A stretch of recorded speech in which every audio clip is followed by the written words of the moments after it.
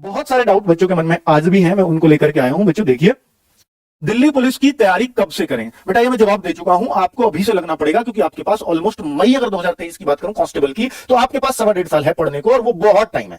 Selection के लिए बहुत टाइम है, 14-15 महीने है ना दिल्ली पुलिस के। और फिर अगर आपसे पढ़ोगे ना, प्रेशर लेने की जरूरत नहीं है, 4 से 5 घंटे पढ़ लो।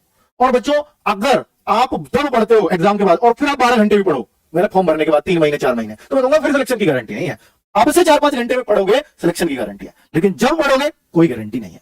ठीक है, क्योंकि जब तो सभी पढ़ते हैं फिर तो आप उनको बीट ही नहीं कर पाओगे। तो दिल्ली पुलिस की किस किस भर्ती में डीएल चाहिए? बहुत सारे बच्चों को डाउट होता है कि ड्राइविंग लाइसेंस किस किस भर्ती में चाहिए। तो बेटा देखो, मैंने बताया इसमें देखिए 2 ही भर्ती है जिनमें एचएमवी और एलएमवी लगता है। HMV heavy motor vehicle, LMV light motor vehicle. तो बेटा एलएमवी जो होता है वो बाइक का नहीं होता है, एलएमवी भी कार का होता है, ये ट्रक और बसों का होता है। ये ड्राइवर वाली भर्ती में चाहिए, और ये चाहिए दिल्ली पुलिस कांस्टेबल में, वो भी मेल का। ड्राइवर वाली फीमेल के लिए नहीं है, वो सिर्फ मेल ही उसमें जा सकते हैं। यहां मेल फीमेल दोनों के लिए कांस्टेबल, लेकिन कांस्टेबल मेल के लिए लाइसेंस चाहिए, बाकी और किसी के लिए नहीं। और बाकी जो और 4 भर्ती बचेगी इन 2 के अलावा, किसी में लाइसेंस की जरूरत नहीं है। ठीक है, क्लियर हो गया? अब बच्चों डीएल की बात क्लियर। एलएमवी या एचएमवी का कब तक के बने होने चाहिए? तो एलएमवी और एचएमवी ये बहुत बड़ा डाउट है बच्चों, यानी लाइट मोटर व्हीकल और हैवी मोटर व्हीकल ये कब तक के बने होने चाहिए? तो बेटा देखो, ये जो मांगता है ड्राइवर वाला, ये कहता है कि जब आपके फॉर्म आ जाए उससे पहले का बना हुआ होना चाहिए।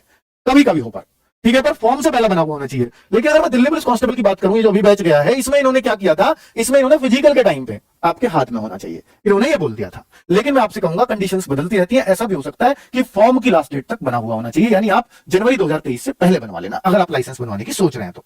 कितने दिन की तैयारी काफी होती है? बेटा मैं बता चुका हूं बार बार कि अगर अब से तैयारी करोगे तो बहुत है, बहुत टाइम है फिर आपके पास, है ना। डीपी कांस्टेबल के लिए कितने पदों पर भर्ती आ सकती है? ये बहुत बड़ा सवाल है आपका कि डीपी कांस्टेबल के जो पद हैं उसमें कितने पद हो सकते हैं भर्ती के लिए, है ना, कितने आएंगे? बच्चों अगर मैं बोलूं तो अभी जब आरटीआई लगाई थी तो कुछ दिन पहले ही तो उन्होंने बोला था कि 2700 पद हैं जिन पे कांस्टेबल की भर्ती आ सकती है।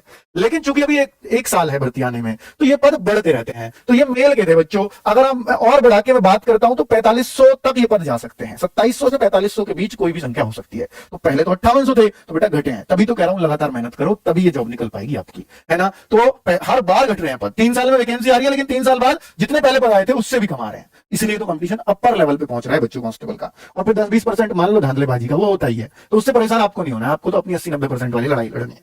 ठीक है बच्चों, वो तो बेटा जब तक हमारे खून में भ्रष्टाचार रहेगा ना, वो हर हिंदुस्तानी के में है, तो तब तक ये खत्म ही नहीं हो सकता। क्योंकि बच्चों आप ही तो हो जो ऐसे दलाल ढूंढते हो, अगर आप ही ढूंढना बंद कर दोगे तो वो सभी बंद हो जाएगा, पैसे वालों का सिलेक्शन। तो वो 10-20% है, उसको छोड़ दो, आपके खून में वो नहीं बजा सकता। ठीक है बच्चों, तो आप अगर उसको देख के परेशान हो गए तो आप 80% भी खो बैठोगे अपना। चलिए, कौन से डॉक्यूमेंट्स अभी से जरूरी होंगे? तो बेटा अगर मैं डॉक्यूमेंट्स की बात करूं तो कौन कौन से डॉक्यूमेंट्स अभी से जरूरी होंगे, तो इसके लिए बहुत सारे बच्चों के मन में पॉइंट है। तो बेटा एक तो डीएल कांस्टेबल की तैयारी की सोच रहे हो तो एक तो ड्राइविंग लाइसेंस अभी से बनवा के रख लो। एक बेटा ओबीसी बनवा लो, जब भी बनवा लो ये बनवा लेना। ओबीसी चाहिए सेंट्रल का। जो जाट है वो सिर्फ दिल्ली के ओबीसी, दिल्ली वाले जाट ही ओबीसी में आते हैं, बाकी कहीं के भी जाट हैं वो सेंट्रल में ही आएंगे।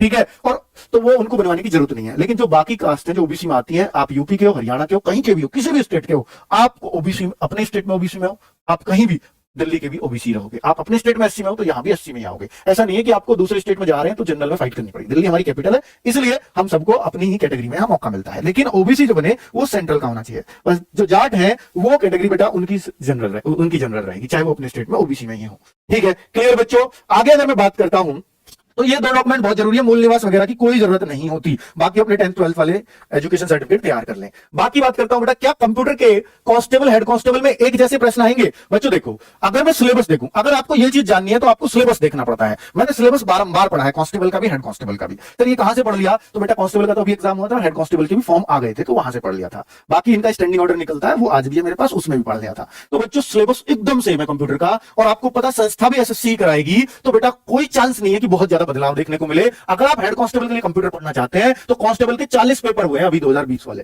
40। तो बच्चों 40 पेपर में 400 प्रश्न आए हैं, और जो ये आइडिया लगाने के लिए काफी है कि कैसे प्रश्न आते हैं। इनका कंप्यूटर बिल्कुल अलग होता है, बाकी बुक्स में किसी में भी कुछ नहीं दे रखा बच्चों, और इनके मतलब के कोई सवाल नहीं किसी भी बुक में। तो इसके लिए मैं बुक भी बता रहा हूं, अभी हम लोग लेके आने वाले हैं। तो 400 प्रश्न का बहुत तगड़ा आइडिया आपको लग जाएगा, क्योंकि हर पेपर में 10 प्रश्न आए थे। एचसीएम के लिए इंग्लिश की एक बड़ी समस्या है, क्या करें? ये बहुत सारे बच्चों की समस्या है, केवल आप ही की नहीं है बेटा। समस्या क्यों बनी रही? इसका कारण सिर्फ यही है क्योंकि हमने उसको कभी उतना टाइम उतने मन से पढ़ा ही नहीं जितना उसको चाहिए था टाइम हमसे। तो आप खुद ईमानदारी से बता दो, क्या आप इंग्लिश के पीछे आज तक ऐसे पढ़े हो जैसे मैथ्स अगर आपका अच्छा है तो मैथ्स के पीछे पढ़े हो? क्या उतना टाइम आपने दिया है? अगर आपका मैथ्स अच्छा है तो क्या आपने उतना टाइम दिया आज तक जितना मैथ्स को दिया था? इतना टाइम इंग्लिश को दिया है? नहीं दिया। ये जवाब ही आपका नहीं दिया। तो बच्चों फिर वो सही कैसे हो जाएगा आपका?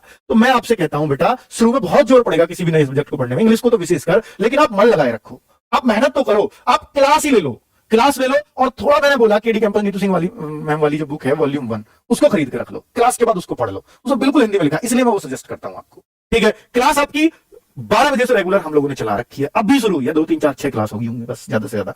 आपकी वोकेबुलरी कैसे अच्छी करें वो सब कुछ हमारे हाथ में है बेटा। एक विपिन सर हैं जो आज भी उन्होंने ली है, ट्रिक से सिनोनिम एंटोनिम याद कराते हैं जो परमानेंट आपके दिमाग में छप जाएंगे स्टोरी के साथ, है ना। तो आप एक क्लास उनकी देख लेना, विपिन भाटी सर हैं, तो अभी आज भी क्लास हुई है, तो आप क्लास के मुरीद हो जाओगे। वो सीएचएसएल के नाम से ले रहे हैं और बेटा सिलेबस एक जैसा है, सीएचएसएल हो या एचसीएम हो। तो मैं ये कहूंगा कि इंग्लिश को आप कम से भी कम 2 से 3 घंटे का डेली टाइम दे दो, और बच्चा मेरे कहने से, बस मेरे कहने से 2 महीने लगातार टाइम दे दो। आपने जितना मैथ्स 6 महीने में सीखा था उतना मैथ्स उतनी इंग्लिश आप 2 महीने में सीख जाओ, ये गारंटी है। लेकिन दो तो सही टाइम। एडब्ल्यू और टीपीओ में क्या साइंस 12th लेवल की आती है? हाँ बच्चों, कुछ चैप्टर्स हैं एडब्ल्यू टीपीओ में जो आपके 11 12 से ही आते हैं, कुछ ही चैप्टर्स, ज्यादा नहीं। अगर आपके मान लीजिए 12 14 चैप्टर है तो 2 या 3 चैप्टर ऐसे होंगे जो 11 12 के हैं, ठीक है, तो वो लेवल रहेगा, उसमें कोई दिक्कत नहीं है। ये क्लास हमने 10 बजे से चला रखी है बच्चों, एडब्ल्यू टीपीओ भी और यूपी पुलिस में रेडियो ऑपरेटर, ये कॉमन क्लास है बच्चों। ये क्लास लेने से आपको निश्चित तौर पर फायदा होगा एडब्ल्यू टीपीओ के लिए, ठीक है। और इसमें सारा सिलेबस करवाया जाएगा और फ्री ऑफ कॉस्ट यूट्यूब पर, ठीक है। एचसीएम, सीएचएसएल, सीपीओ की इंग्लिश के लिए अलग अलग पढ़ाई करनी होगी नहीं बच्चों, इन तीनों, अगर आपने एक बार इंग्लिश पढ़ ली तो आपको सीपीयू के भी वही प्रश्न मिलेंगे, सीपीयू में भी, सीएचएसएल यानी सब इंस्पेक्टर बनने के लिए भी, सीएचएसएल में भी, और एचसीएम हेड कांस्टेबल मिनिस्ट्रियल में भी। आपको इंग्लिश को कंटेस्ट करना है, 2 से 3 घंटे 2 महीने पढ़ लो, फिर आप अपने आप पढ़ोगे, इंटरेस्ट आ जाएगा क्योंकि पकड़ हो जाएगी आपकी इंग्लिश में, इतने में, ठीक है बच्चों। ये मैं अपना एक्सपीरियंस बता रहा हूं बच्चों, मैंने भी सीजीएल निकाला था 2012 में, उससे 11 भी निकाला, लेकिन 12 में मुझे फर्स्ट चॉइस मिली तो मैं 12 में गया। तो बच्चों इसलिए मैं आपसे ये बार बार कह रहा हूं कि मैं भी अपना मैथ्स से ज्यादा मेरे इंग्लिश में नंबर आए, सोच के देखो, और मैं मैथ्स का टीचर हूं। तो बच्चों ये होता है, तो आप बस डेडिकेशन दीजिए अपना किसी भी चीज को। तो दिल्ली कांस्टेबल के लिए क्लासेस अभी से शुरू कर दो बच्चों। हमसे कहते हैं बच्चे कमेंट्स में, सर अभी से कांस्टेबल की क्लास शुरू कर दो, तो वो समय आ गया है, मैं आपको भी घोषणा करने वाला हूं, 1 अप्रैल से हम इसकी क्लास शुरू करने जा रहे हैं।